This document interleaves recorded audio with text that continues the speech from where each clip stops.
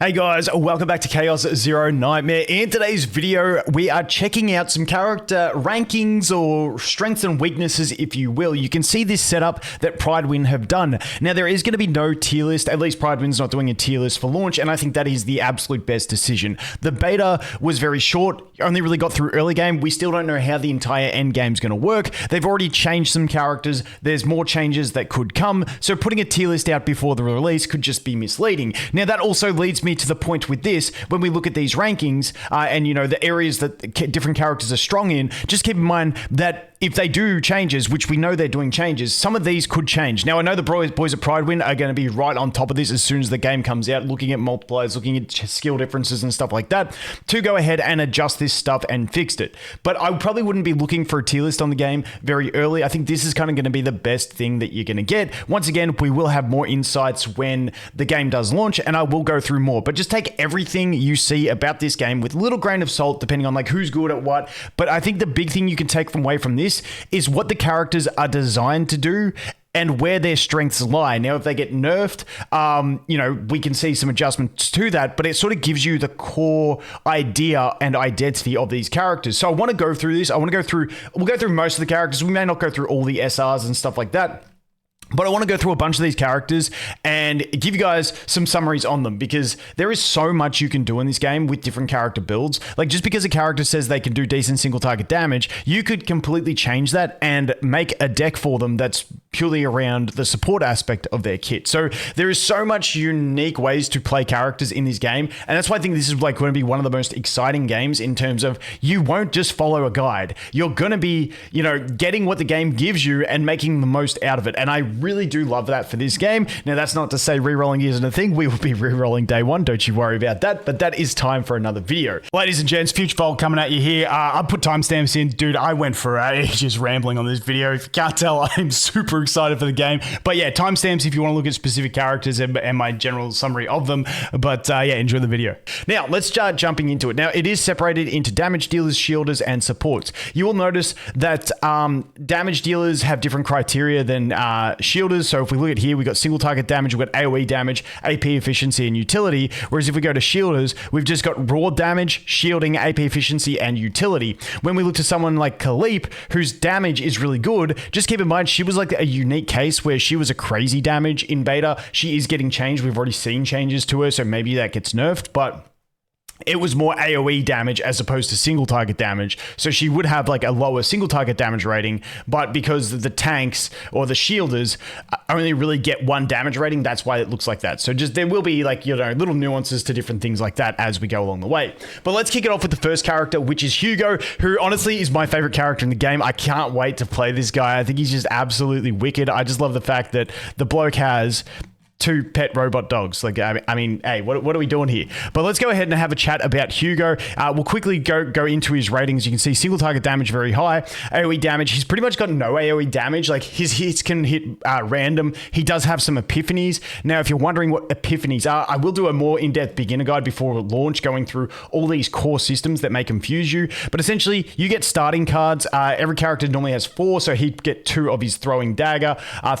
But essentially, you have these unique cards as well. So anything with the blue or the yellow here, so these 4 cards can get different upgrades as you play along. Now, you need to get epiphanies to unlock these guys, but then you can also upgrade them to different effects, which if you go down here on Pridewin, you can see the different effects for each card that you can actually get. So when I talk about upgrades or epiphanies that can change the style of a character, this is what I'm talking about. That skill can be morphed into one of these things. So keep that in mind as we go along.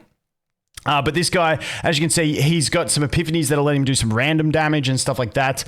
And his ultimate does AoE damage. Besides that, he's more of a single target damage dealer focused, who uses a lot of what I call follow-up attacks. He is decently AP efficient, and you can actually upgrade him to make him more AP efficient as well. So let's have a quick look at his kit. His whole kit revolves around this hunt commence. When using a targeted attack card, inflict extra attack damage equal to 70% to 70% on the target. The wording as well in this, I'm hoping they fix a bunch of the wordings at global launch, because like the translations were absolutely horrid.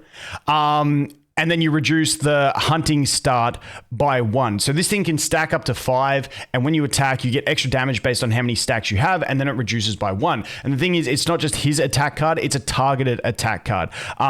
Where is it? When using targeting attack cards. So that means your allies with targeting attack cards work, whereas random ones, you can see this skill here, it deals damage to random enemies. That's not a targeting card. AoE cards are not targeting cards. So if you're using him, you will have to be pretty precise about that. But it all revolves around him getting these hunt commence stacks and then dumping these extra follow-up attacks with it. Really, really nice. You can see this one, he gets upgrades. Now, when you look at upgrade cards, they are going to be like a permanent change that happens that stays for the rest of the battle, essentially.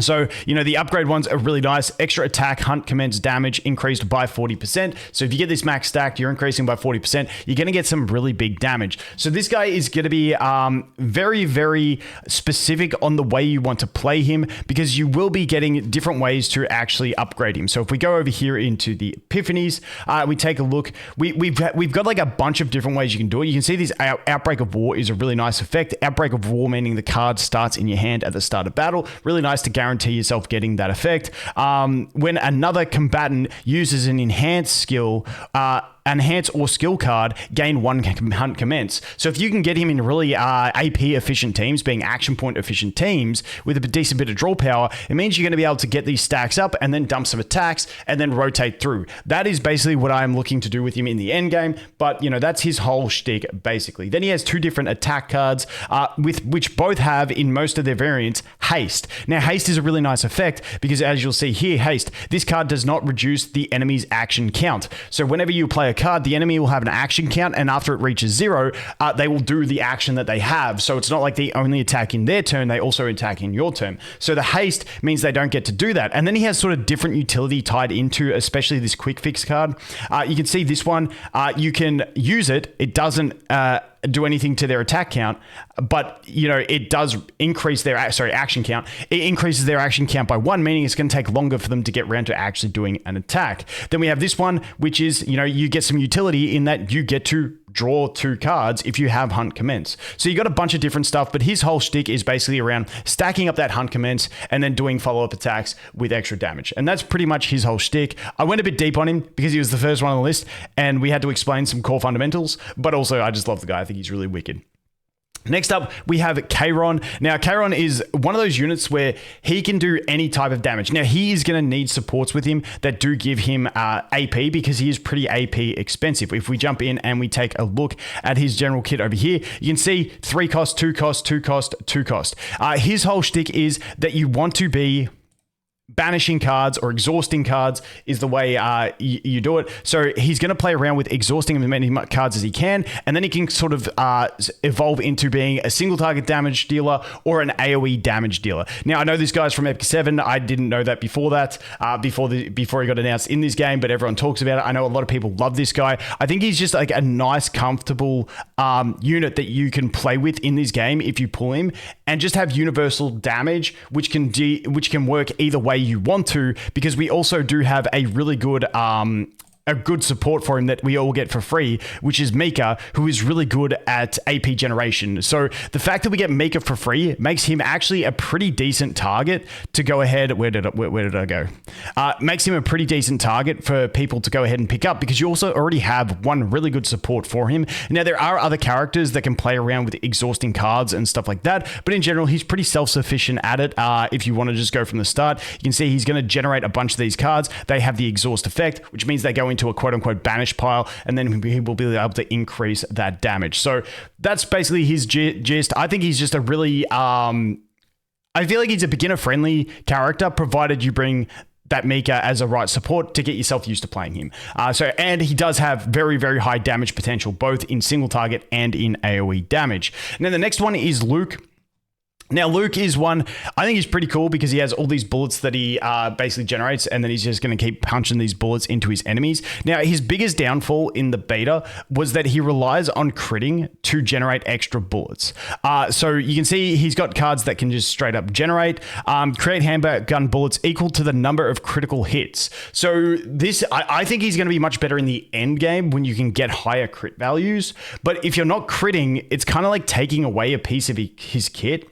which is kind of sad in a way because he looks so damn cool. But as you can see, he's going to generate all these different bullets that he can go ahead and use, and they're all zero cost, so they're going to be free to go ahead and just dump into your enemies. Once again, his biggest issue at launch is going to be getting those crit values. So if you get him, play around with him, see if you enjoy it, but keep in mind, I think he is one that is going to age better over time, and that is going to be Luke. Moving on past that, we have Mei Lin. Now, Mei Lin is what I would consider, like I said that, Kayron is a pretty good, easy kind of unit to play with because we get a good support for him.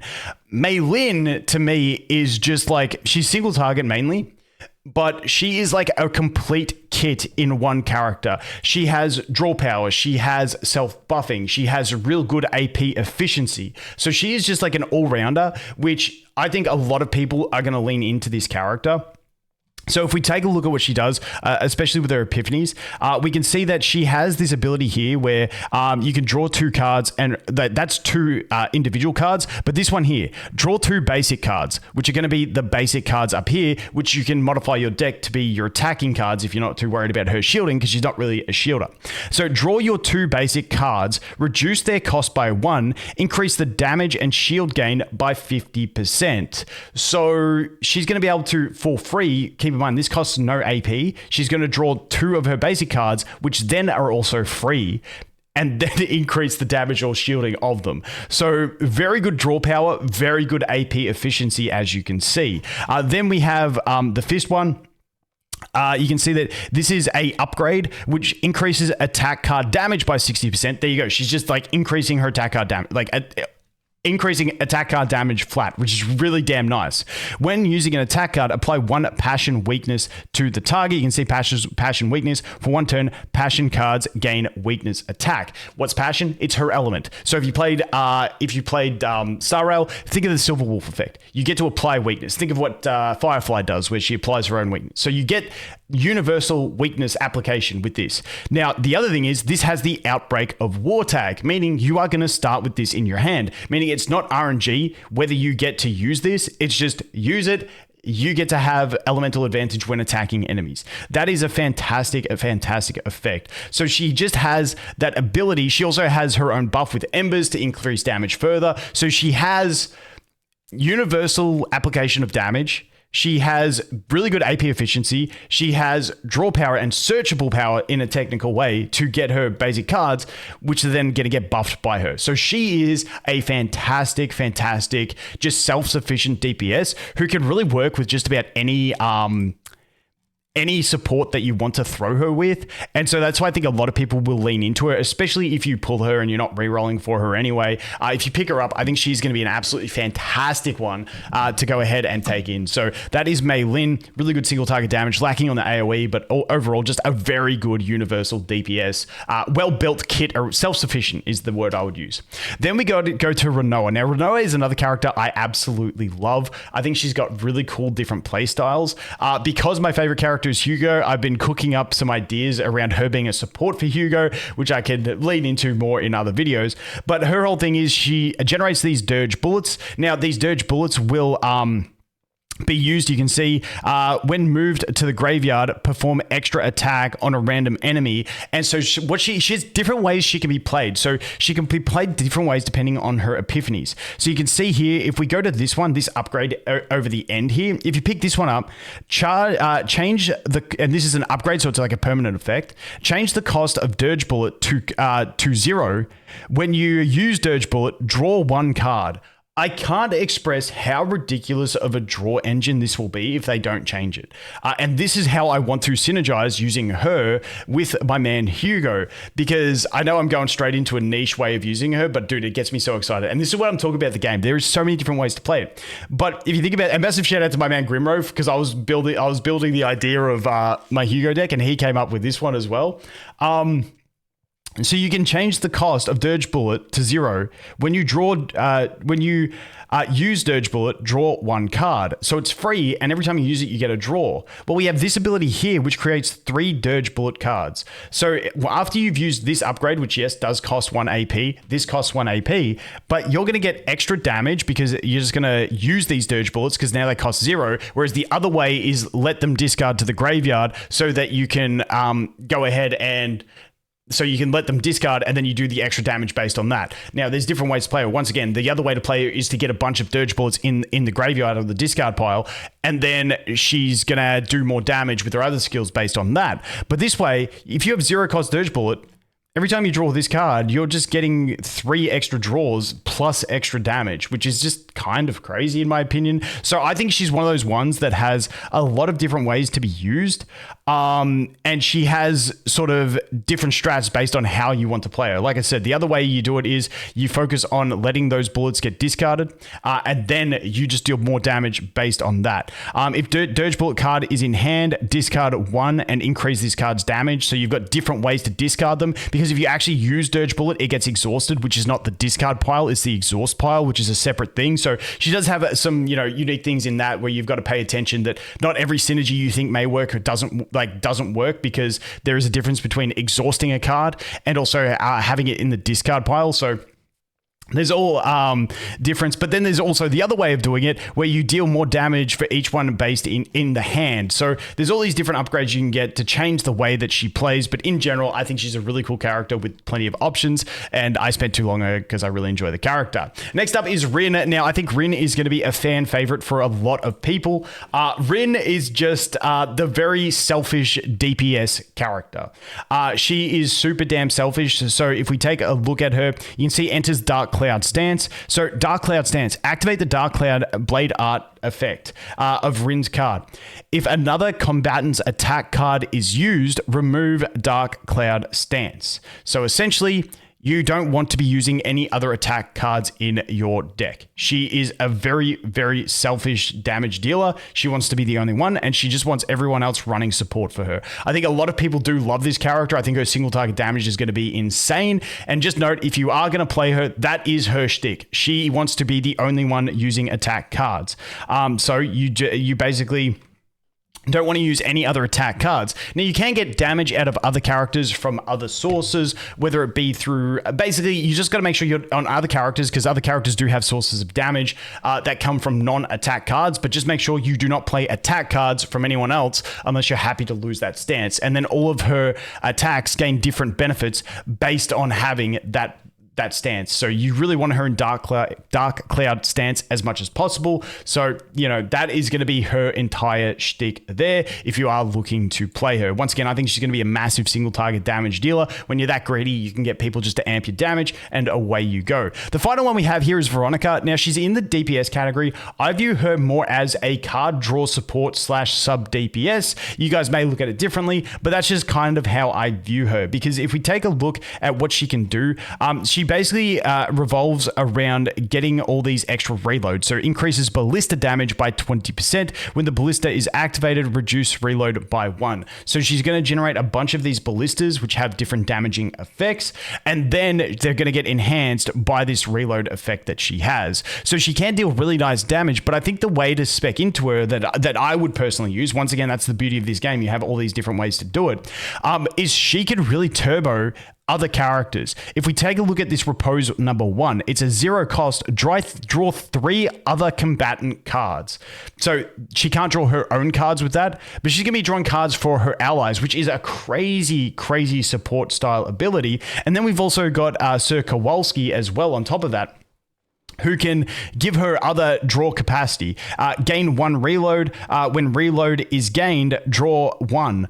Up to 2 times per turn. So this is an upgrade. It's a permanent effect. You use this because a lot of her other abilities, she gains reload, which is going to increase those ballista damage. It means that you're also getting draw power through getting her damage up. So once again, even though she isn't, showing great on single target or AoE damage, it's more the extra utility that she brings to her team in terms of especially card draw that I think brings her real value. So I would almost consider her more of a support over a DPS, arguing semantics at that point. But she is going to be able to deal nice damage with her ballistas. But once again, it's the utility that she provides, which I think is going to be the magic for Veronica. I wouldn't be bringing her as a main DPS unless you're running like 2 sort of DPS. Once again, I could see her running with a Hugo, similar to what I was talking about with running Hugo with Renoa. Those extra ballistas that she's going to do will allow Hugo to proc his attacks, but also she's going to be allowing extra draw power into your other characters. Hugo can have draw power on top of that, which means you can get really high draw power. And then if if you pair them with another support, which has AP generation, then, you know, you're pretty good to do a lot of stuff in a turn. So that is a look at it. I will do beginner team guides in probably my next video, where I look at more uniform for early game. Some of this stuff I'm talking about is more related to later game, specific deck builds and stuff like that. Now we jump into the shielders. Damage dealers, I'm not going to go too much into this. If we talk about SR damage dealers, my favorite two would have to be Tressa and also Selena. If I had to choose one, Tressa is free. I'd be using her. She uses this Agony, which is a damage over time effect. I think it's really damn cool. I do like it. Selena can be spec'd into more supportive role as well. Tressa is more of the, I'm going to deal damage and it's going to be Agony at the end of the turn. You're going to get absolutely clapped. I think she's really cool. So she is free. You can play around with her. Beryl, I don't think anyone's really going to want to play with Beryl. Owen, you get for free as well. He's kind of expensive on his cards. He does some shielding, but it's not a heap of shielding. He's kind of like in this weird spot. He's not my favorite, but you can definitely get away with him. Lucas is kind of like Luke, but AoE type thing. Once again, I'm not going to go too deep into these guys. When we go into shielders and into supports, we will talk about the SRs more because they are very, very strong. Now, the next one we have is Khalipe. Now, Khalipe is, like I said, she's like a unique case where she was a shielding damage dealer. Even if they tried to adjust her a bit, I think she's going to stay true to that because her whole kit revolves around this Celestial tag, which when using a card with a cost 2 or higher, this card activates. Because she has so many of these Celestials, she is going to be able to just go ahead and dump all these expensive cards out of her hand from using another card, which is just a ridiculous effect. But all these have damaging effects. So even though, as I mentioned, she from the videos we've seen on the release, you know, she is getting some changes.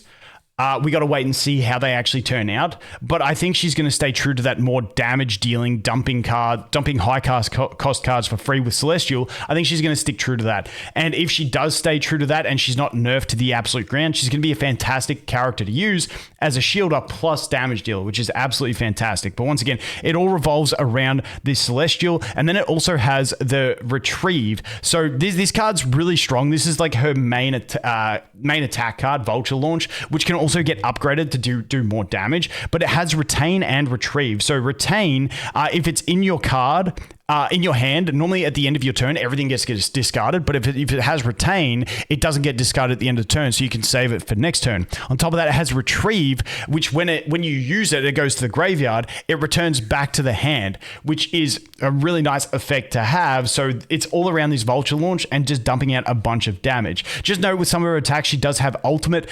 When you use an Ultimate tag attack, it basically just ends your turn. Ultimate, when this card is used, end the turn. It is not her actual Ultimate. If you look at the Ego skill, this is what we call the quote-unquote ultimate, but some cards will have the ultimate tag, which you got to be careful with because if you use them, your turn's over. So just keep that in mind as well. But generally, big shields, big AoE damage. Once again, more AoE damage focused, not single target.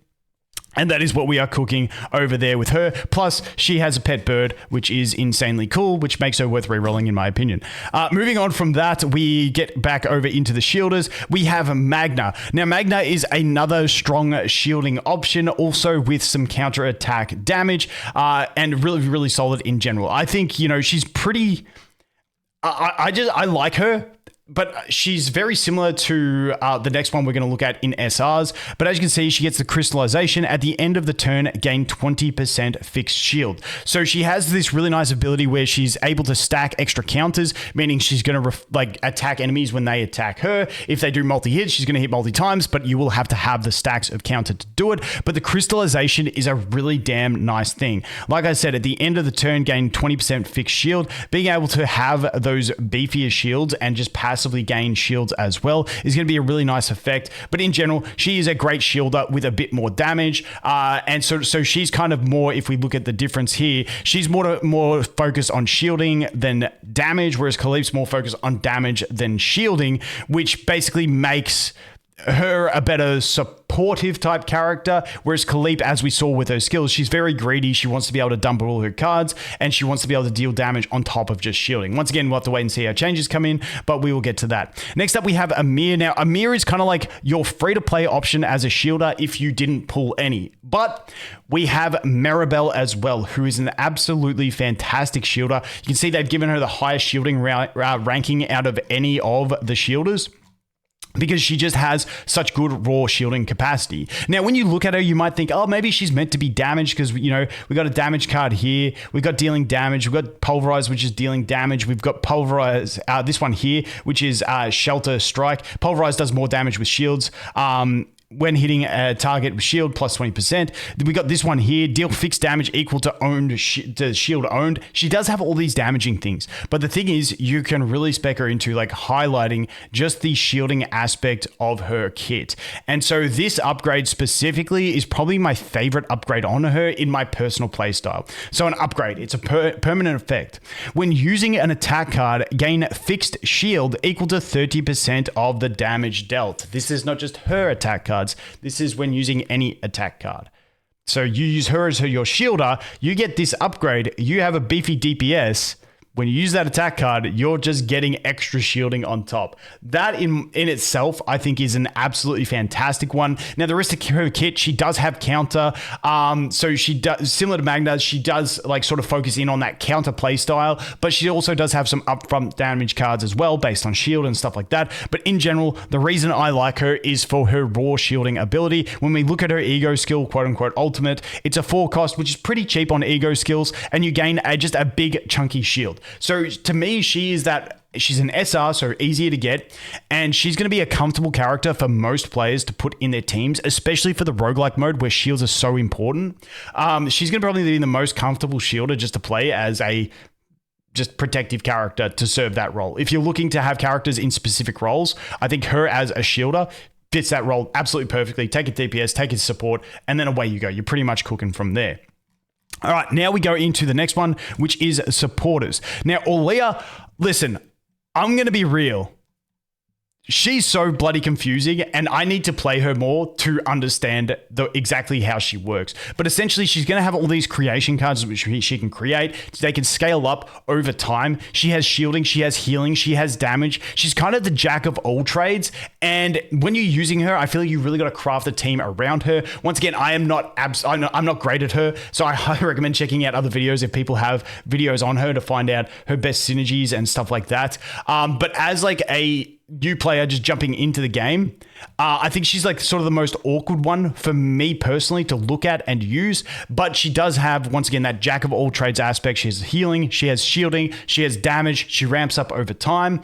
But yeah, that's pretty much the gist of it. I'm not going to go too deep into Orlea, apologies, because I haven't sat down and studied her well enough. Now, moving on to the 4-star support cast. And so the 4-star support cast is absolutely amazing. Now, Mika is the one we get for free. You can see her healing's really high, but her utility is the big thing that really matters here. So Mika, she is free. She is an AP generating absolute beast. So she has these tides that she gains. And once she gains 3 tides, it wipes all the tides, but you get an AP, which is an action point. She has this one, which is a heal, and gains an action point. And you can see at base, this thing is free to use. So when we go to her epiphanies and you get upgrades, you can actually heal 150%, gain 1 action point, and gain 1 tide. Now, the unique thing with her is, because she's an SR, you do get a free copy. If you get her max dupe, Mika's effect activates when holding 2 wave. So you only need 2 wave for 1 action point. So once you got her max dupe, which I know is a long way away, I'm just using this because it's a way to look at it. Effectively, this is a free card that gains you 1.5 action points. So if you do use this card twice, you would gain 3 action points for free, which is honestly crazy. Like, obviously you can do other stuff. You can heal and gain 3 action points, but keep in mind, this has the exhaust tag, meaning once you do it, it's exhausted. You can't get back to this card. It won't cycle back through. So that's why I like this one, because it does cycle back through. You can get extra effects like the extra healing, but if you're running a shielder, you're pretty much good to go anyway with this one, and you don't have to stress too much about it. Now, the other thing is, she has also some cool synergistic effects that you can look to for the late game. One of the ones I was looking at was this one here, Blessing of Waves 1. Now, normally, like I said, you want to be bringing a shielder, you're going to be bringing a shielder, but when you look to like crafted builds and you want some shielding, but you also want to bring a couple supports or something like that, you can heal, increases the healing amount by 50% equal to the number of action points, gains shield equal to the healing amount exceeding max. So if you're at full HP, you use this, but you have a ton of action points because she's so AP efficient and you run her in an AP efficiency team, well, maybe she can also provide shielding. Once again, you're not going to get that in roguelike modes reliably, but it's like cool little tech options you can give to her. Then on top of that, we have something like this, Tactical Analysis 1. This is one I like. So we gain 3 Tide and save 1. This is another free card, which is going to give you an action point. And then it gives you save, which means at the end of your turn, now why do they call it retain? It's got retain. Okay, it doesn't tell you what save is, but save means that at the end of the turn, normally you lose all your action points. But you can then, with this card, save your action points for the next turn if you want to ramp up into a bigger turn later on. So she is just an absolutely fantastic support for AP generation, being the main thing she's looking at. She also has this upgrade card, which doesn't get epiphanies, but you can see gain 1 Tide at the start of the turn, gain 1 Tide. If you have her max duped, once again, I know I'm talking about max duped, but even if you're not, you're getting a third. If you don't have her duped, then you're getting a third of an action point every turn. And then, that can synergize with the extra Tides she gains from other cards to then get extra action points. Action point based is essentially the gist we are looking at with her. So let's go back out into the supports again. Into the next one. The next one I want to talk about is Nia, because I feel like Mika and Nia, and when I do my team guide, you will see this. These two are such good general supports, especially in the roguelike, because they're pretty standard in the way they play, that you can use these two with just about anything. Like if you have both of these, you can sort of make a team for just about anyone. So Nia is more of your buffing specialist. So she is going to buff morale. So morale, it stacks up and it gives plus 20% damage. This is going to be really good on, those bullet type characters that do a bunch of little hits, because this is plus 20%, not multiplied by 20%. Not 20% more damage, it's a plus 20%. So if you had 100, that's a bad example. If you had a 200 damage card, this would give it 220% damage, not 240% damage. But if you have a 50 damage card, this is going to give it 70% damage. So you can see if you're using lots of little hits, this is going to get more value on those little hits. It's still going to give benefit to big hits, but once again, it's really nice for those little hits that happen along the way. Now, she can also buff extra damage, which is a unique thing to some characters' kits where they do like extra attacks. When we can look at my man Hugo with his the hunt attack that he does, that's like an extra attack because it's not an attack card. It's something that happens additional. So she can buff that type of damage as well. Now, on top of that, she brings allies for joint attacks, which is really cool. The other thing is she has a really damn unique effect, which is this one. Activate the top 1 card of the draw pile. So even if it has a cost, it ignores that. It's going to activate it. Now, obviously, they could change things from, beta to launch, but this is a really damn cool effect just to get free activation of cards.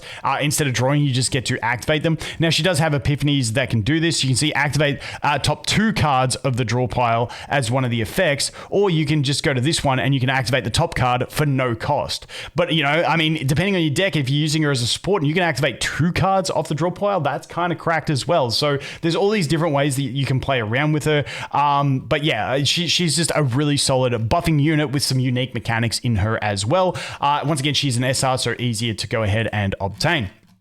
Now, if we look to Cassius and Ray, Ray is kind of like a unique one. She has specific things that she buffs.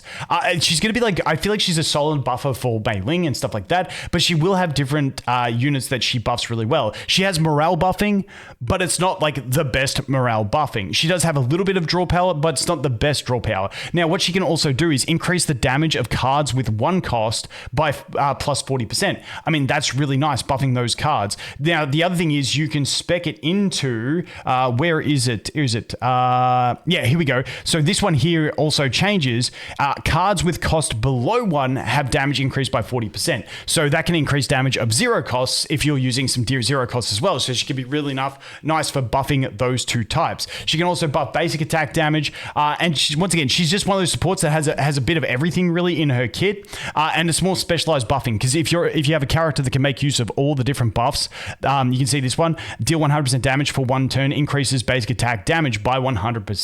Once again, if we look to Mei Lin as well, if I find her over here, Mei Lin, because she is using those basic attack cards and they are one costers. Now they do get reduced to 0, so I'm not too sure exactly how that interaction works, but you can get that effect of you're just ramping up that damage considering she's already buffing her own damage, so you can get that sort of real ramping damage as a sense with that. So that's her. Once again, she's a more targeted support unit, and you need the characters to really take benefit of all of the support she brings, but in general, really, really solid support as well. And then we have Cassius. Now, Cassius is the card draw support. So that is his basic shtick. Now, for new players, I don't know if he's as great. I feel like he's going to be more of an endgame. Like, I feel like you need to get used to it because he has all these different quests that can give him different cards, and you've got to complete different quests to get it done. So he's kind of like a more specific character in that sense, but he also does have probably what I would consider the most powerful card as a support card in the game, or one of the. If you played Yu-Gi-Oh, you know what Rota is. This is that. But it's like universal. Select one card from the draw pile to draw. 0 cost, you get to select a card. For comboing, this is absolutely insane. And then the thing that we have is, at his first dupe, we're not looking at the final dupe like we have been before. We're looking at his first dupe, add graveyard to the target range of the Joker card effect. So now you can use this card for free, and it basically substitutes for any other card from any of your characters that you want to have, whether it be in the discard pile or whether it be in the deck. Doesn't activate from the exhaust pile, so if it's a card that's been exhausted, keep that in mind, you won't be able to get it, but it is a super powerful card. But in general, he has all these quests that can give him different effects. He's not as great on the buffing aspect, but his card draw power is where his real magic lies, and that is going to be the final character that we are going to go into. Once again, that is Cassius. So hopefully that gives you guys a bit of an idea on all the different characters. Once again, I think it is definitely way too premature to be doing a proper tier list for the game because we don't know what endgame is. We only got so far into it in beta. There is a bunch of unknowns. They are going to be changing stuff. So I think this is a much better decision by Pridewin to go ahead and just give you like summaries on the characters and where their strengths lie. Now, once again, if that stuff does change, we'll update this. But that is a basic gist of it. Holy shit, that video recording went for 36 minutes. I'm going to shut up now. I can't wait for the release. As always, thanks for watching. Hope you have an awesome day, and I look forward to seeing the next one. Cheers.